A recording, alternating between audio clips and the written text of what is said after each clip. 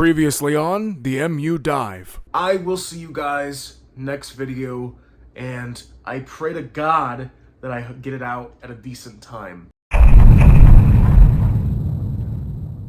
Hello everybody, my name is the Local Villain, and welcome back to the MU Dive, where we tackle the MU Essentials list in no particular order except for where the wheel takes us, and I have returned almost a whole month later. I think it's actually been almost exactly a month since my last upload. I'm not going to stand here and give you excuses, we're just going to get right into the content. Just a precursor for those who are new here, I review these albums as they are, and they're being held to today's standards. There are plenty of other YouTubers who can go into the history and the impact and just kind of the grander history of these records way better than I can. I am just giving you my opinion as I listen to them and as I kind of give them a couple listens and I look at the lyrics and I come to my own conclusions, and I think that's just the best way to enjoy music, is when you can make your own assumptions about it and you don't have to do like homework or someone's fucking talking in your ear like, you should do this and you should do that, blah blah blah blah blah. No. This is how I interpret the records. This is how I review them. So if you don't like it, go find some other YouTuber who can go and jerk off the history boner a lot of these records have. So with that out of the way, let us get right into Black Sabbath's Paranoid. Let's rock. This record was such a pleasure to sink my teeth into. Just off rip, the storytelling working so well with both the lyrics and instrumentation was something I was not expecting from this record at all. I've heard this record before, but I've never really heard this record before, if you get what I'm trying to say. It's very easy to underestimate and even blatantly ignore the very precise and masterfully crafted vibe and sound this record puts out. I mean, even if you do that, it still is this kick-ass sounding piece that has these motions of calm mixed with these long, drawn, harsh guitars. I mean, it doesn't pull its punches at all. You know it's a good record that even when you are barely giving it any attention, it still draws you into its allure, and then further surprising you once you give it the attention it deserves with nuance and technicality that you would not expect from this band of all people. All of that is to say that there is quite a bit to be unpacked on this record, and I won't get to every single song, but I'm going to cover some highlights that I really enjoyed and kind of tie together the whole theme of the record. I think the best place to start is with the first song, of course, the mood setter. The most important song on any record, in my humble opinion. It sets the vibe. I think the first song in any record should be the mood setter. If I'm not, bought in by the first song, I kind of have a sour taste on my tongue for the rest of the record. But this one does not fail to deliver in the slightest. War Pigs / Luke's Wall is one hell of an opener. It not only sets the vibe, but introduces concepts and ideas that will be reused and revamped throughout the record. But with all that technical jargon out of the way, it's just a banger on its own. It's a great single. The instrumentation sounds like the songs of war, the marching, the ordered chaos, the calm then met with the loud drums that sound like artillery fire raining down from above. I mean, it perfectly sets the scene for this song. The long swaths of instrumental breakdowns in between each section of lyrics increase in intensity as this war that is being described is going on.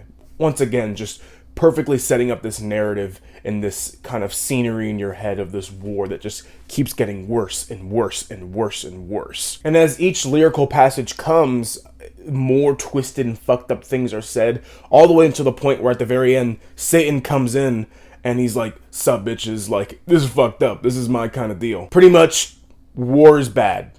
War's bad, but the song is good, and that's all that matters. I want to jump right into Planet Caravan. I know Paranoid is a great song, but Planet Caravan is the first moment of whiplash I feel on the record, especially after Paranoid, which is this high-intensity, increasing tempo type song, and then you hit Planet Caravan and it just yanks you back to this extremely calm and meditative state. The sparing use of sounds and the continual and steady bumps of congos in the background is just a weird sound you'd never thought you'd hear on this record, especially looking at the cover. It doesn't kind of give off the vibe you're going to get kind of a bongo solo at all, but here we are. Especially at the end when the piano keys start kind of ringing in very slowly as they overpower. Mixed in with the weird, poetic, cryptic lyrics that are thrown in every once in a while. Great change of pace. And yes, it was whiplash, but once you acclimate yourself, it is a really rockin' song. I mean, not rockin' like you're gonna fucking bang your head, but like, it's just cool. It's a cool vibe to kind of come from after the last two songs before it. Now moving on to Iron Man, which is the song right after Planet Caravan. And I'm happy that they kind of ease you in with a drum count in, because once again, you're just ripped back into the action of things with Iron Man. The long strokes of notes being dragged across their respective instruments and the very mechanical delivery of the lyrics kind of sell that this is coming from the perspective of Iron Man himself. There are brief moments of fluidity right before they kind of snap back into the tempo that you're used to. Iron Man being this machine of war that is told to do this and told to do that, but never really having much choice in what it wants to do. I think the change in tempos and the lyrical delivery changing left and right is Iron Man kind of gaining some consciousness and starting to now be able to maybe do things on his own. And then when the guitar solo comes in, that's when he just rips ass and kills everything and everybody. It is fucking awesome. And then when it comes back to the chorus everyone's used to at this point, it now is just fully fluid. It feels very wavy. It feels human. Because Iron Man has freed himself. He's killed all of his captors. It's just a really cool idea for a song, and it's done so well in execution. It's one of the cooler songs when it comes to storytelling. Hands down, sick shit. The last song I want to briefly mention is The Hand of Doom. It's because the instrumentation sets this perfect vibe of this lingering demonic force that is just hovering over the whole song, and then every once in a while it will scoop down and do something very brutal and then leave, and then hover some more and then scoop down and do something even more brutal and leave. I just don't know why. It's just so fucking cool. I'm a little lost for words. I'm just stunned that there was just so much depth to this record that I was totally not expecting. I was just kind of expecting a nice jam and be like, yeah, the riffs were cool and the drums were awesome and Ozzy's great. And speaking of Ozzy, he is the perfect narrator of sorts for this type of record. He sounds just the right amount of wicked, but almost sympathetic in what he's describing. I mean, he's describing atrocities of war and manipulation and mass slaughter. And he sounds evil and demonic, but at the same time, he sounds sympathetic. It's like everything just works so well on this record. It is fucking awesome. And I think with that being said, in the praise being done, this is a solid and easy 10 out of 10. Must listen. Give it a spin. That's awesome. And speaking of spinning, we're going to turn this camera around and we're going to pick the next album on the MU Dive. Let's go. Apologies, we're back to kind of the shitty mic quality. I don't really know how to reset up my mic in this kind of weird position, but we won't be here long. Welcome back to the wheel. Haven't done this in quite a while, so I'm honestly excited for any album I get. Usually I kind of have a little bit of fear. I'm like, oh, I hope I don't get this, or oh, I hope I don't get that. But I kind of have this weird kick to start making content again. Hopefully that continues, and I don't get a shitty album. Either way, quick flex real quick.